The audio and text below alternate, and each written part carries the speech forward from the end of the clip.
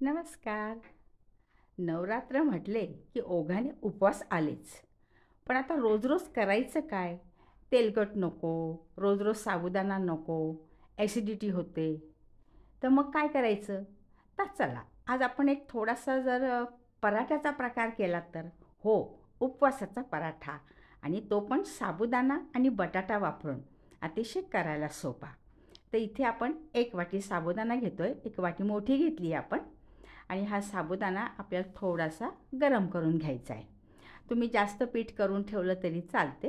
तर याचंसुद्धा 1 वाटी जरी साबुदाणा असेल तर 2 वाट्या पीठ हमखास होतं. तर मी आता हा पॅन गरम करायला ठेवलेला आहे आणि अगदी म्हणजे मध्यम आच आहे. आपल्याला हळूवारपणे हा भाजून घ्यायचा आहे. भाजायचा उद्देश हाच की एक तर पचायला पण हलका होतो आणि भाजल्यामुळे त्याच्यात जो एक थोडासा छान असा खुसखुशीतपणा येतो आणि मिक्सरमधून आपण बारीक करायला पण सोपा जातो.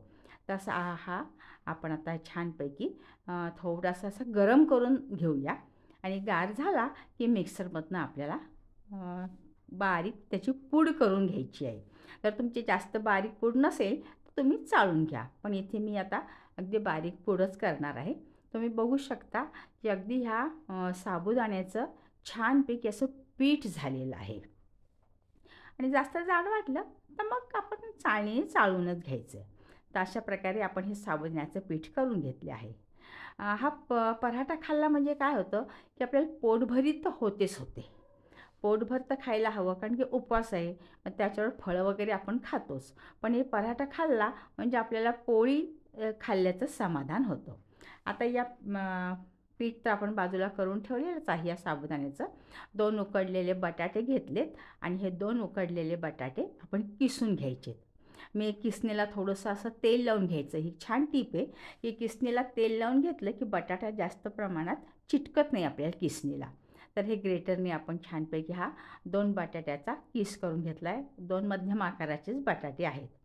आता हा जो जितका किस असेल तर तितक्या प्रमाणात आपल्याला या साबुदाण्याचं पीठ घ्यायचं आहे. कारण का? तर नाहीतर मग ते पराठे वातळ होतात. तर तुम्ही बघू शकता की साधारणतः 1 वाटी आपल्याला हा किस झालेला आहे. तर आपण इथे सुद्धा 1 वाटी आपण साबुदाण्याचं पीठ घ्यायचं आहे. उरलेलं पीठ मी ठेवून दिलेलं आहे. तेवढंच मोजून मी 1 वाटी पीठ घेतलेलं आहे. म्हणजे लक्षात काय ठेवायचं, 1 वाटी जर किस असेल तर 1 वाटी पीठ. मग तुम्ही छोट्या वाटीने घ्या किंवा तुमच्या कुठल्याही मापाने घ्या. इथे मी आता त्या सेंधव नमक टाकले, उपासाचं मीठ टाकले. तुम्हाला जर साधं मीठ चालत असेल तर साधं मीठ पण टाकू शकता. आणि इथे थोडेसेच आपण जिरे जे आहेत ते जिरे मी गरम करून क्रश करून घेतले आहेत. ते जिरेची पूड 1 चमचा टाकलेली आपण. जिरे कोणाकोणाला काय होतं, धने आणि जिरे उपवासाला चालत नाहीत. तर ते तुम्ही स्किप करायचे. याच्यात आलं टाकलं तरी छान लागतं पण उपवासाला आलं नको म्हणून मी काही टाकलं नाही. आणि हिरव्या मिरच्याची पेस्ट. हिरव्या मिरचीचे तुकडे टाकले तरी चालतील. पण लाटताना थोडासा प्रॉब्लेम येतो म्हणून इथे मी हिरव्या मिरच्याची पेस्ट टाकली आहे. आणि छानपैकी कोथिंबीर. हे सगळं आपल्याला आता छान मिक्स करून घ्यायचं आहे. मिक्स करताना काय होतं, कधी कधी तुम्हाला असं वाटेल की हे पीठ घट्ट होते का? तर जसं जसं साबुदाणा भिजेल तसं तसं ते पीठ घट्ट होत जातं. म्हणून जसं आपल्याला पाणी लागेल थोडं थोडं थोडं पाणी टाकायचं. तुम्ही बघू शकता इथे पीठ थोडंसं घट्ट वाटते.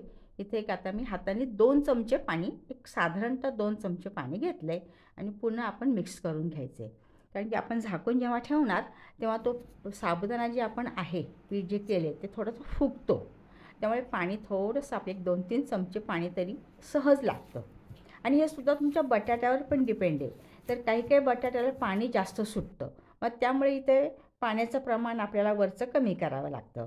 तर बटाट्याचं कसं आहे पाणी तर त्या प्रमाणात तुम्ही पाणी टाकू शकता. म्हणजे इथं पाण्याचं प्रमाण काही निश्चित नाही आहे. इथे मी आधी 2 चमचे पाणी घेतलं होतं हातावर. आता नंतर 1 चमचा थोडंसं टाकून आता तेल टाकायचं आणि छान एकजीव करून घ्यायचं हे पीठ. बटाटा असल्यामुळे छान मऊच होतात ते. हे छान पीठ झालेलं आहे. आता हे जे पीठ आहे हेच आपण म्हणजे कणिक जशी मळतो तसं छान मळून घेतलेलं आहे. एक 15 ते 20 मिनटं आपण याला झाकून ठेवूया. आता 15 ते 20 मिनटं झालेत. एकीकडे आपल्याला तवा गरम करायला ठेवायचा आहे. पुन्हा थोडासा तेलाचा हात लावून पुन्हा एकदा मी पीठ मऊ करून घेते. आणि तुम्हाला यातला जितका मोठा पराठा तुम्हाला हवा असेल किंवा जाड जसा हवा असेल त्या प्रमाणात एक छोटासा गोळा घ्यायचा. तुम्ही तुमच्या अंदाजाने तो गोळा घेऊ शकता. इथं मी घेतलेला आहे. आणि लावायला जे पीठ आहे तर आपल्या घरात जे राजगिऱ्याचं पीठ असतं, तर उपासाचे दिवस म्हटले की पीठ हे असणारच आपल्या घरात. तुम्ही राजगिऱ्याचं पीठ घेऊ शकता, शेंगाड्याचं पीठ घेऊ शकता, भगरीचं पीठ घेऊ शकता.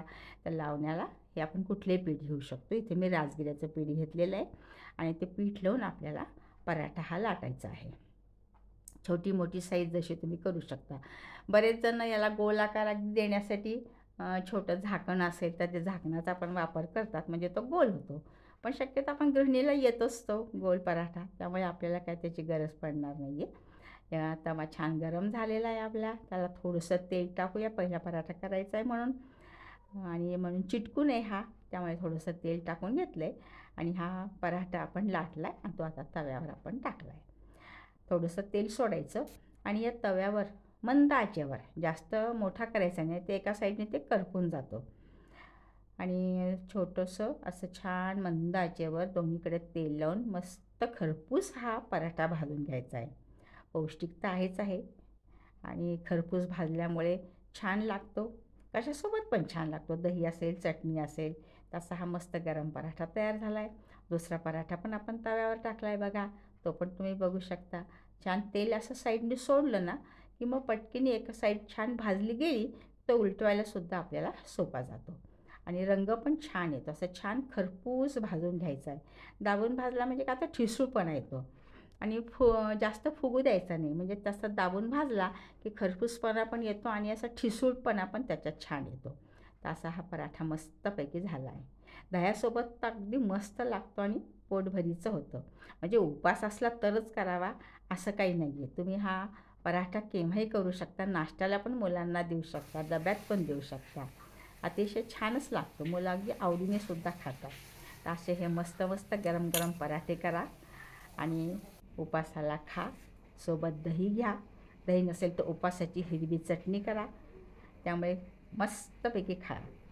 हा व्हिडिओ तुम्हाला आवडलाच असेल, तुम्ही पण करून बघा आणि मला रिस्पॉन्स द्यायला विसरू नका. मी अशाच तुमच्यासाठी नवीन नवीन छोट्या छोट्या रेसिपी आणत जाईल. खूप खूप धन्यवाद.